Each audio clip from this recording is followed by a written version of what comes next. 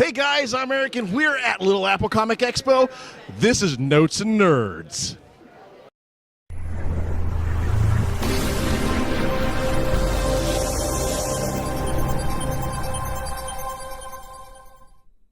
All right, guys, so like I said, we're here at Little Apple Comic Expo. It's the end of the year, basically, and they're doing a special event. And we got here with us Dakota Caldwell, and he's going to tell us about a book that you're writing books. Yes, I am. What are these books about? All right, well, I've got two books out right now, Project Nomad and Legacy of the Purple. Legacy, right here, is a Mayan fantasy. The premise is there's a group called the Stonewielders that were founded on the Mayan Empire. As the Mayan Empire collapsed, they sort of faded into the shadows. Fast forward to modern day times when they're discovered by a group of very technologically advanced beings. War breaks out, technology versus magic. It's kind of a look at which one's going to come out on top. So a little bit sci-fi fantasy mix-up here going on where it's battling out who's better, right? Yes, very much. It's like the Tolkiens versus the Star Wars fans, you know? Yes, exactly. So, how many books are going to be in this? Is this a series, I'm guessing? It is a series. Well, anytime somebody uses a color, it's going to be a series. Yep, I got to hit all of them. Purple versus red, backwards through the rainbow. And then I'll have a seventh one to kind of cap off the series. So, hopefully 7 books. Now, I don't... you told me about the angle that you're using in this book that a lot of others, because you have a character that is the quote-unquote chosen one, but you're approaching this type of that character trope completely differently, aren't you? Yes, I am. One thing I noticed is that a lot of books have the chosen one as the central character. My fantasy novel does have a chosen one, but she's not the main character. It's a she. It is a she. In fact, in Legacy of the Purple, she doesn't even appear until the last third of the book. Spoiler.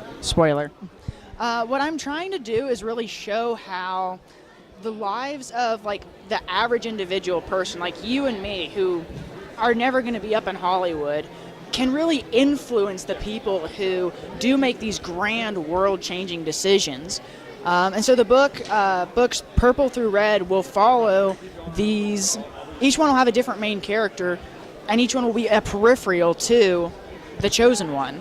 So basically it's like following this, like going to Star Wars for a second, it's like following Wedge and Tilly's while Luke Skywalker's right there doing it's like watching the trench run, but from Wedge's perspective. That's exactly it. That is actually a really cool idea, because like I said, the trope is always the central character, like you said too, and it's really refreshing to see a different take on the concept of a chosen one archetype, but not actually following their story necessarily. Yes, their story is being told, but it's being told from Joe's perspective. Right. It's not, you don't really ever see it from her perspective, and like, you know, maybe once or twice you get a glimpse of it, but... Yes, for storytelling elements. Right, you got to get in there and do it from their angle once in a while, because you got to push the story a certain direction, a certain way. So, but far and away, you really don't see that much. Which is really awesome. Oh, thank really you. Awesome. Now, you have a second book as well. I do. My second book is called Project Nomad. I don't have a really big poster for it. It is a science fiction post-apocalyptic novel. Its premise is a scientist who creates technology that can fold space. He goes to test it full scale, and it malfunctions, collapsing the entire globe into a series of domes. The story is then about the survivors trying to figure out what in the world just happened, how do we survive in this new environment, and how can we combat the forces of evil that are rising up to take command of the situation. That is actually a really interesting idea as well.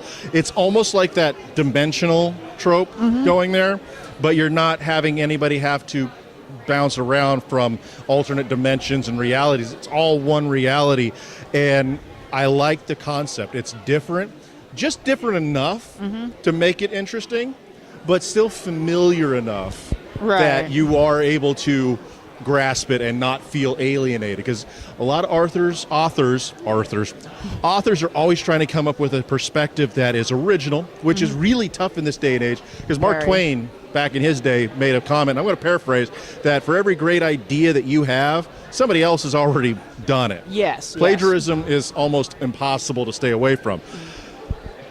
your idea is so original that it still plays on all those tropes, but it's not risky, and that is so hard to grasp. It really is. I applaud that because it's a great idea, and you sell your books really well. The description really is. It nails it perfectly. Oh, thank you. Where can we buy the books? You can buy the books, obviously, at any Comic-Con that I'm at, and I'm at quite a few in the area, Manhattan right now. They're also available on Amazon. Additionally, they're available on leadpyramidpublishing.com, which is my publisher's website. You can buy them through there. Yeah. Okay. What other con you got coming up that you're going to be at? What other cons? Cons. I'm going to be at FanCon in Lawrence on October 21st, and then I'll be at Air Capital Comic-Con November 11th and 12th, I believe. Yeah, that will be also the same weekend that Kansas City Comic-Con is going to be. Exactly. Which, yeah, I'm going to be at that one. That one's, got a little tradition with that one. So, yeah. So that, that's great that you can get these books. How much per copy? They're cheaper in person. Nomad is $14 online. Legacy is $16 online. In person, we sell them for $10 and $12, respectively. Great. So all of the links for where you can purchase the books and all that stuff will be right here down at the bottom of the description here on YouTube. On Facebook, it'll be up here. So make sure you go buy his books. Help an author out. And if you want to help support us here at Notes and Nerds, go to patreon.com/Notes and Nerds, where you can give a little to get a lot back. And also don't forget to subscribe and like on our facebook.com/Notes and Nerds and youtube.com/Notes and Nerds. So again, thank you, Dakota. Thank you. Have a great time, and we'll catch you guys later.